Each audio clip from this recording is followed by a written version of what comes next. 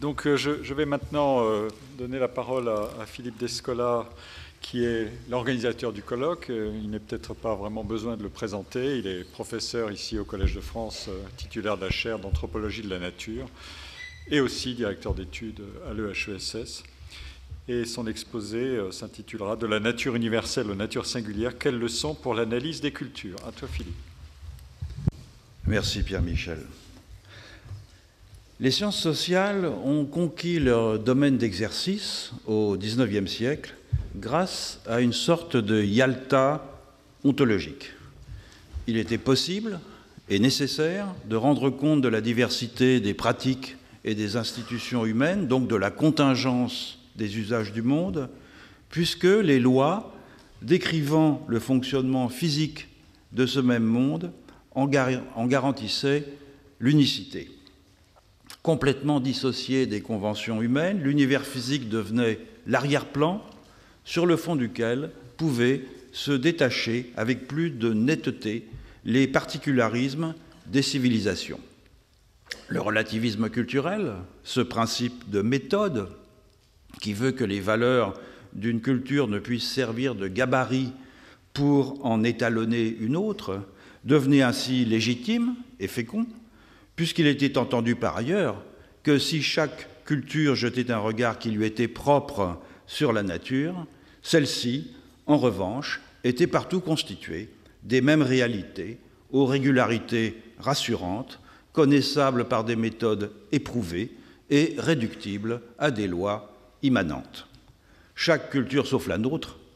évidemment, puisqu'elle avait inventé la science et sa condition de possibilité, à savoir l'universalisme naturel. Bien que beaucoup peinent encore à l'admettre, ce dispositif a fait long feu, car l'on s'est peu à peu aperçu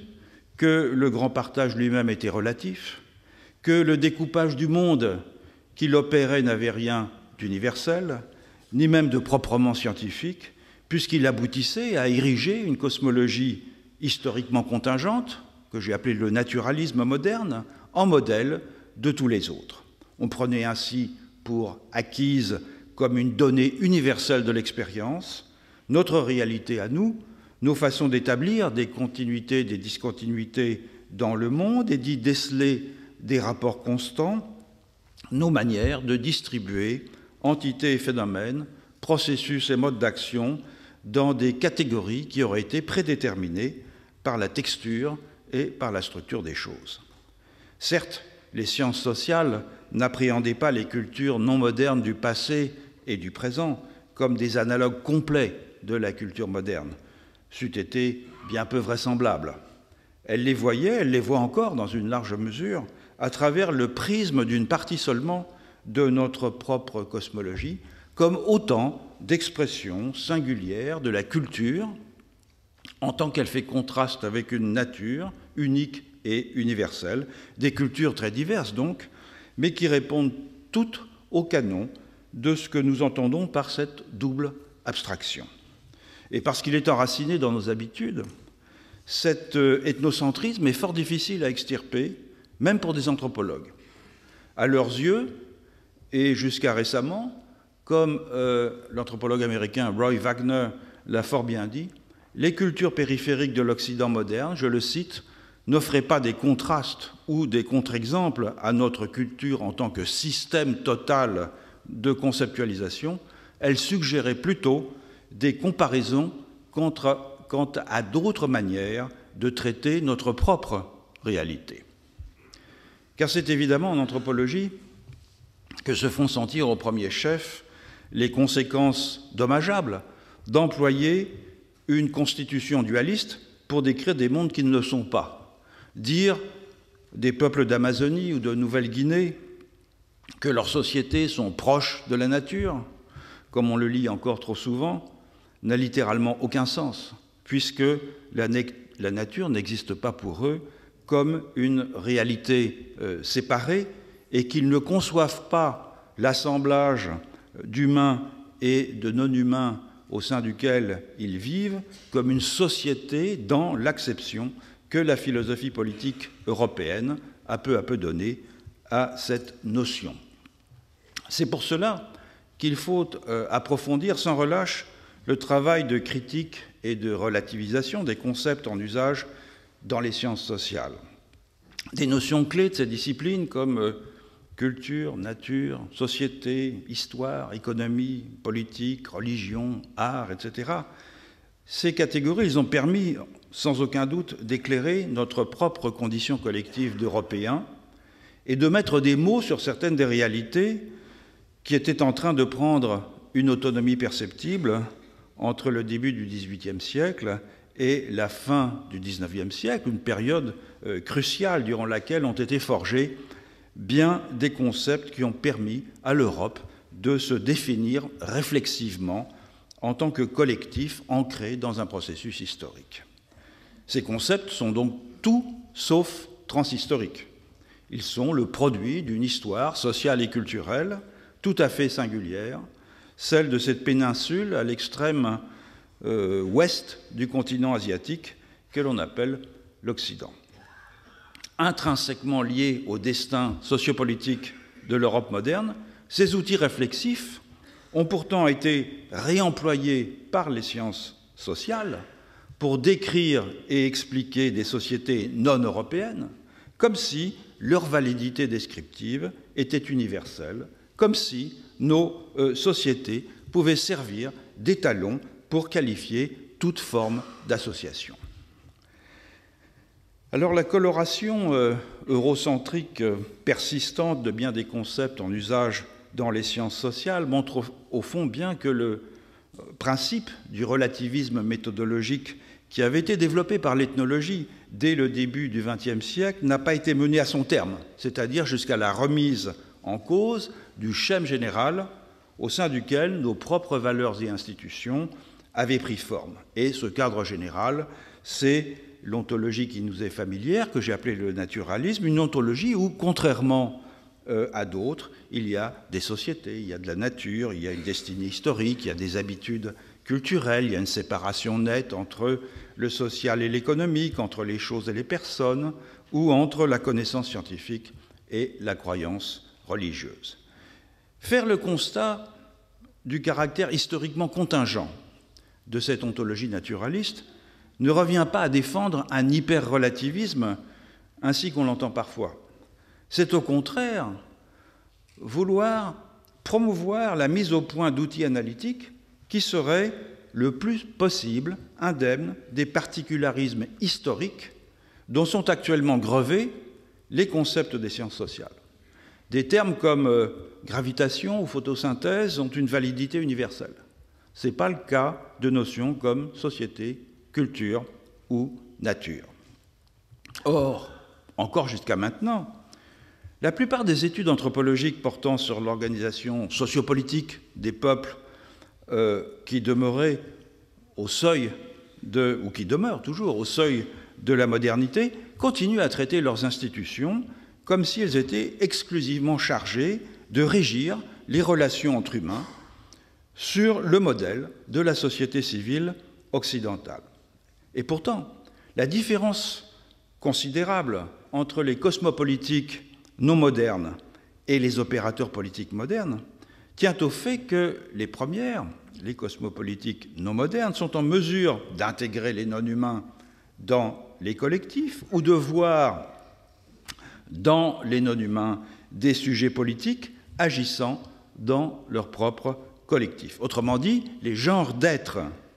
communs qui en résultent ne sont pas ceux auxquels nous sommes habitués,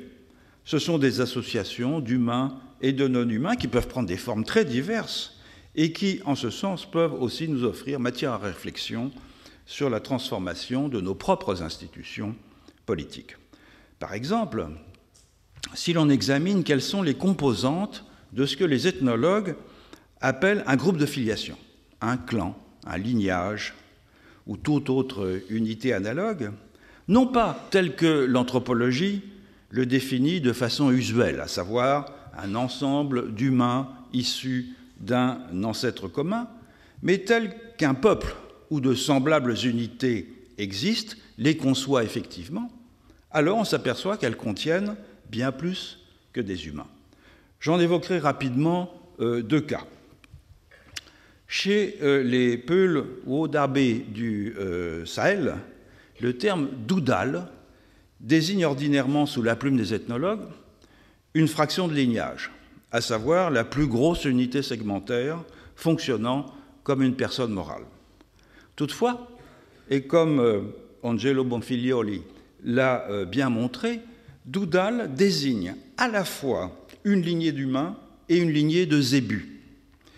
que les humains ont sélectionné au fil des générations, de sorte que, comme il l'écrit, le troupeau est un langage par lequel l'ordre social peut être exprimé et sacralisé. J'irai plus loin que lui. On voit bien dans la description que Bonfiglioli donne de la coexistence entre le doudal lignage et le doudal troupeau qu'un groupe d'humains, le doudal lignage, et un groupe d'animaux domestiques, le doudal troupeau, forment une totalité continue et imbriquée qu'un même terme désigne. Le cas de ce que dans les Andes on appelle un ayllu est encore plus frappant. Ce terme quechua, ayllu, est traditionnellement défini comme un groupe de parenté, un lignage ou une communauté autochtone possédant une assise territoriale et s'engageant dans des actions communes, notamment en matière rituelle, mais aussi d'aménagement du terroir. Alors lorsque l'on regarde en détail l'ethnographie des communautés andines, il est évident qu'un ayllu, c'est beaucoup plus qu'un groupe humain. Il comporte aussi des plantes, des animaux, des esprits du lieu et bien d'autres choses encore. Écoutons ce que dit à ce propos Justo Ocha, qui est un Amérindien de la région de Cusco. Je le cite: « Un ayllu, c'est comme un tissu, et toutes les choses du monde, les gens, les animaux, les montagnes, les plantes, sont comme les fils qui forment les motifs. Les êtres de ce monde ne sont pas seuls, de même qu'un fil tout seul n'est pas un tissu. Un humain, il emploie l'expression runa en quechua, est toujours en ayllu avec d'autres êtres. C'est cela, ayllu. Autrement dit, dans le clan, dans le lignage, dans le groupe totémique, dans l'ayllu, il y a toujours beaucoup plus que des hommes, des femmes et des enfants vivants ou morts. Il y a aussi des animaux, il y a des plantes, il y a des territoires, il y a des divinités, il y a des esprits, il y a des sanctuaires, il y a des pathogènes, il y a des images, il y a des savoir-faire et mille autres choses encore nécessaires à la vie. Et ces composantes, elles sont présentes dès l'origine. Elles sont constitutives de l'unité mixte que forment ces segments et non rajoutées après coup comme une sorte de décor suggestif pour le théâtre des actions humaines ou comme de simples pourvoyeurs de métaphores pour mieux exprimer la socialité de ces actions ainsi que les sciences sociales ont eu tendance à les traiter. Et donc l'idée selon laquelle l'unité d'analyse de l'anthropologie est fournie par les seuls humains est un blocage qui a obscurci l'analyse des dimensions proprement politiques de la vie collective, et même au fond, si cette configuration intellectuelle anthropocentrée plonge ses racines dans un passé tout à fait estimable, à savoir la lutte contre l'Ancien Régime, la refonte des institutions qui fut à l'époque nécessaire pour s'émanciper des formes sociales pré-révolutionnaires. Car cette refonte dont nos institutions actuelles sont issues a nécessité une épuration préalable. On a fait sortir les non-humains de la cité pour n'y laisser que les humains, seuls sujets de droit. Et la représentation que les modernes se sont progressivement forgée de leur forme d'association politique, un ensemble d'humains libres et égaux, propriétaires de leur personne, exerçant leur libre arbitre pour se doter d'institutions acceptables par tous, cette représentation a été ensuite implicitement transposée comme le gabarit d'analyse pour les sociétés non modernes, en même temps qu'une myriade de spécificités, à l'instar du partage entre nature et culture, entre croyances et savoir, ou entre faits et valeurs. Et c'est avec cette conception à la fois eurocentrique et anthropocentrique, du politique notamment, qu'il faut pouvoir rompre. Alors que faire? Comment passer d'un monde uniforme ordonné par une division majeure entre la nature et les cultures, à des mondes diversifiés dans lesquels humains et non-humains composent une multitude d'assemblages dont on peut néanmoins penser qu'ils répondent à quelques types, lesquels sont autant de transformations les uns des autres. Eh bien, il faut d'abord ne pas s'en tenir à la critique de telle ou telle notion du répertoire sociologique et remonter vers un niveau plus profond d'élaboration du monde commun, en l'occurrence au niveau de la détection des régularités dans le monde, lesquelles, lorsqu'elles sont systématisées, ont pour effet de produire des formes de collectif, des conceptions du sujet, des théories de l'action qui sont propres à de larges univers sociaux. Et en procédant de cette manière, le chercheur ne considère plus les sociétés comme des réalités constituées, ainsi qu'il est d'usage dans les sciences sociales. Il cherche plutôt à comprendre comment s'instaurent des collectifs singuliers, dont certains, parce qu'ils sont parvenus à destituer les non-humains de leur puissance d'agir politique, se pensent désormais comme des sociétés. Si quelques anthropologues, dont celui qui vous parle, ont placé cette entreprise sous le signe de l'ontologie, c'est un mot qu'on a un peu entendu ce matin déjà, ce n'est aucunement pour revendiquer une annexion par l'anthropologie d'un domaine autrefois réservé à la philosophie. C'est surtout, et plus simplement peut-être, pour insister sur le fait que le niveau où l'analyse anthropologique doit se situer est plus élémentaire que celui où elle a opéré jusqu'à présent. On ne peut pas expliquer le système des différences dans la manière proprement humaine d'habiter le monde en envisageant ces différences comme des produits dérivés de tel ou tel type d'institutions, d'organisations économiques, d'infrastructures techniques, de régimes de valeurs, de vision du monde, bref, de tous ces aspects des collectifs hypostasiés en instance par les sciences sociales afin de mettre en évidence des déterminations. Tous ces aspects me semblent au contraire être les résultats stabilisés d'intuitions plus fondamentales quant à ce que le monde contient et quant aux relations qu'entretiennent ses composantes humaines et non humaines. Et le mot ontologie m'a paru idoine pour désigner ce niveau analytique que l'on pourrait qualifier d'antéprédicatif dans le langage de la phénoménologie, mais qui relève surtout, à mon sens, d'une exigence d'hygiène conceptuelle, à savoir, il faut rechercher les racines de la diversité des humains à un étage plus profond, celui des différences dans les inférences de base qu'ils font en fonction des situations à propos des sortes d'êtres qui peuplent le monde et des façons dont ces êtres se lient. De là découlent les types de collectifs au sein desquels se déroule la vie commune et la nature de leur composition. De là découlent les formes de subjectivation et d'objectivation. De là découlent les régimes de temporalité, les formes de la figuration. De là découle, de fait, toute la richesse de la vie sociale et culturelle. Alors, une première étape dans ce travail de refondation consiste à mieux définir l'unité d'analyse dont les sciences sociales s'occupent et qu'elles appellent diversement, selon leur domaine de spécialité et selon leurs inflexions nationales, une société, une culture, une communauté, un milieu social, une tribu, un groupe socio-professionnel et bien d'autres termes encore, qui ont tous pour caractéristique de limiter l'ensemble dont on parle aux seuls humains.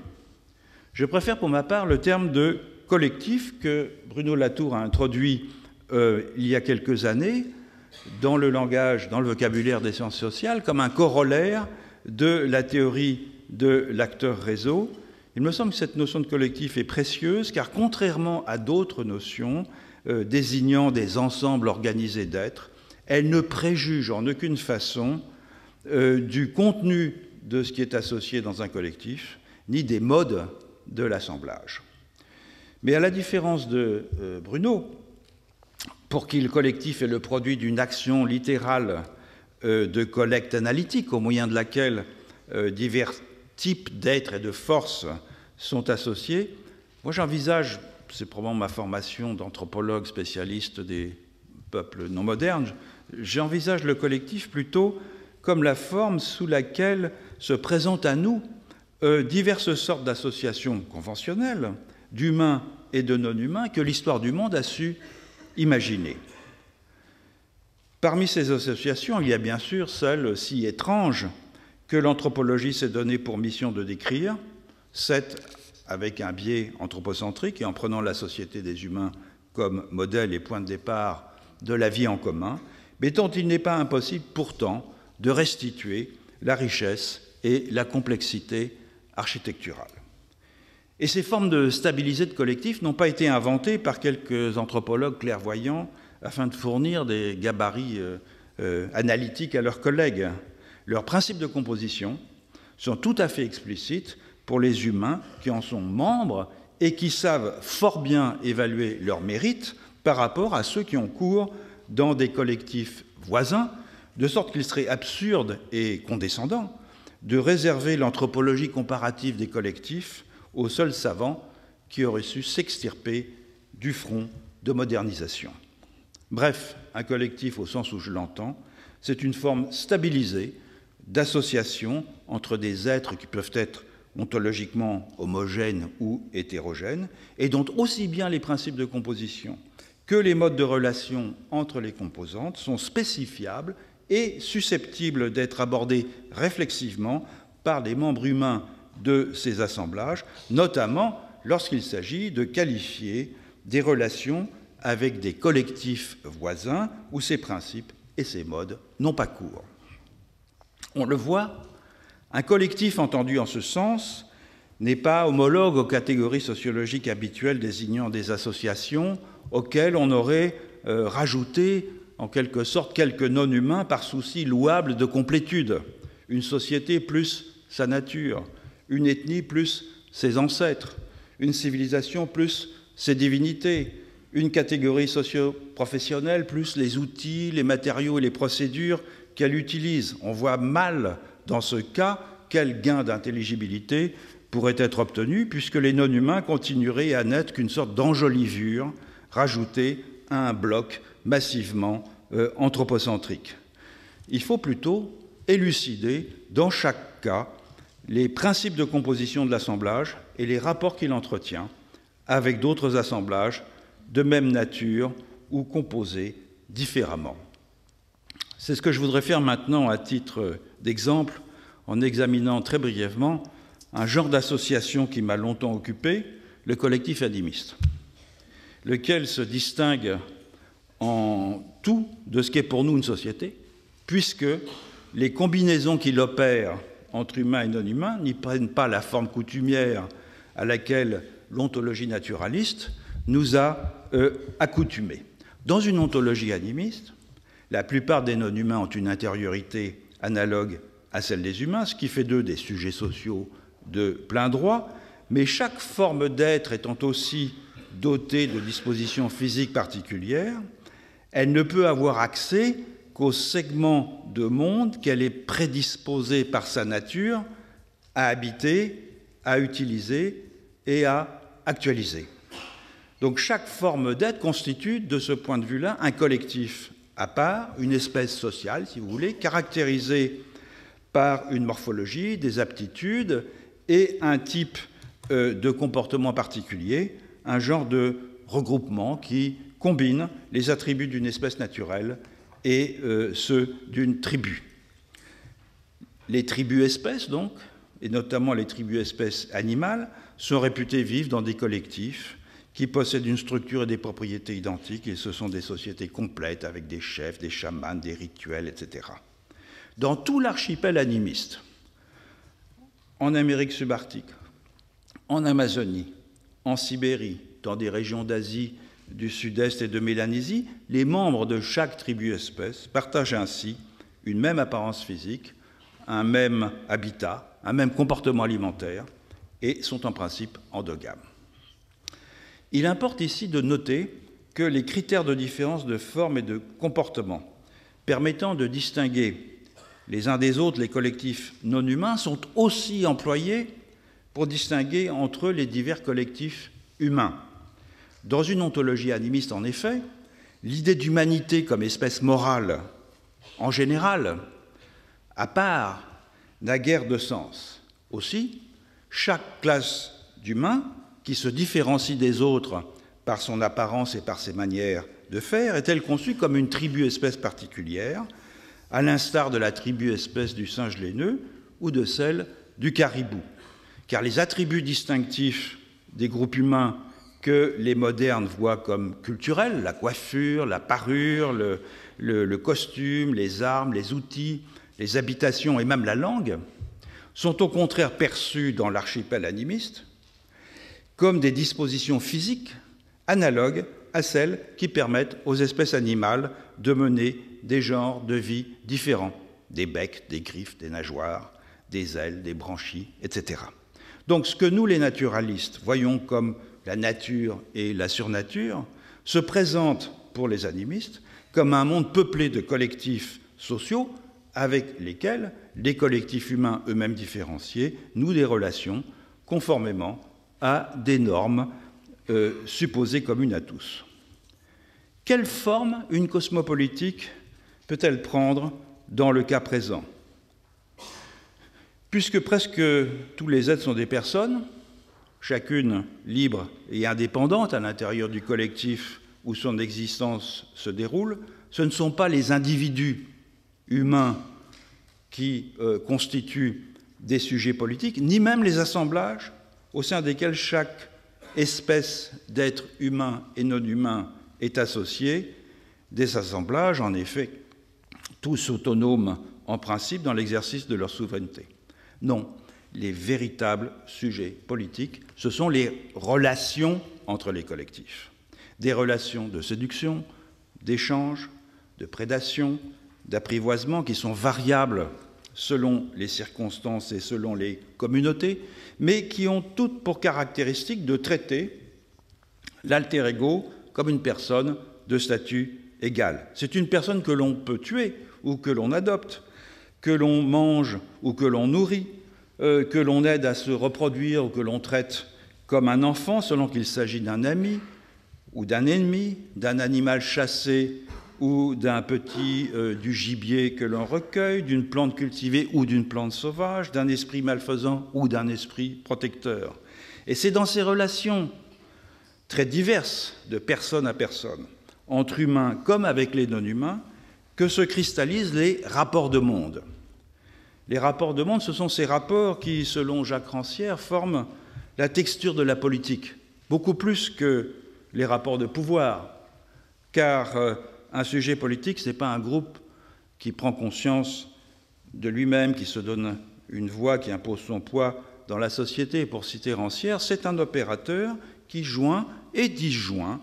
les régions, les identités, les fonctions, les capacités existant dans la configuration d'une expérience donnée.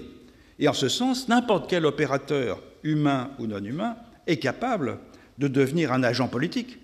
s'il parvient à mettre ensemble des choses qui n'ont pas au départ de connexion intrinsèque, notamment parce qu'elles ressortissent en apparence à des régimes ontologiques différents. Et donc le chasseur Hatchwar, avec qui j'ai jadis chassé, et qui adresse une incantation mentale à l'âme du singe laineux qu'il poursuit, est un agent politique, car il connecte par ce moyen deux communautés de personnes qui vivent dans des mondes physiques différenciés. Quant au singe laineux, il est devenu lui aussi un agent politique, et pour la même raison, lorsqu'il aura auparavant visité en rêve le même chasseur pour lui donner un rendez-vous en forêt. Partout sur notre planète, ces rapports de monde se donnent à voir sous nos yeux de naturalistes, sans que nous sachions toujours les déchiffrer, comme des expressions politiques. Par exemple,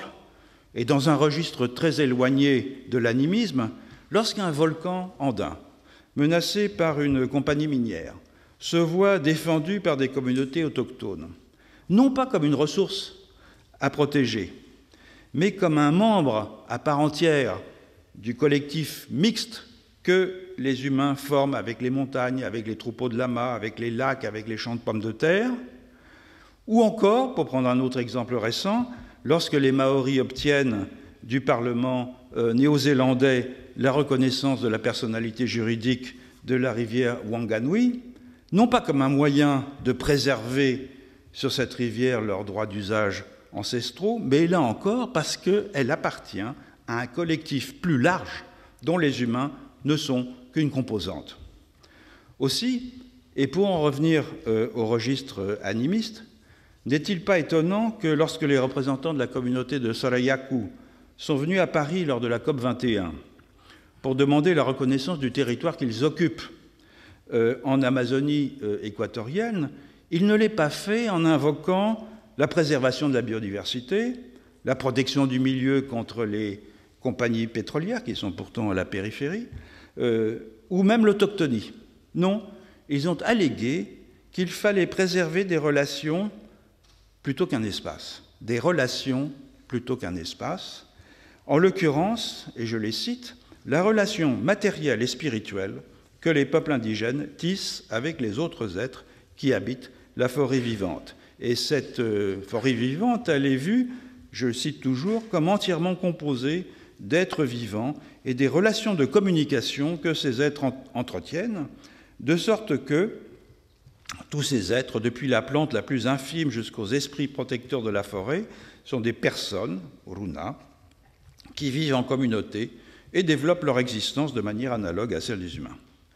Au lieu de voir dans ce genre de propos et de mouvements des manifestations de superstitions folkloriques ou puériles, position condescendante que partagent tant le libéralisme du laisser-faire qu'une partie de la gauche prométhéenne, il est plus judicieux d'y trouver ce qu'il nous offre, à savoir une formidable stimulation pour penser à nouveau frais l'action politique et le vivre ensemble dans un monde où nature et société ne sont plus irrémédiablement dissociées. Merci.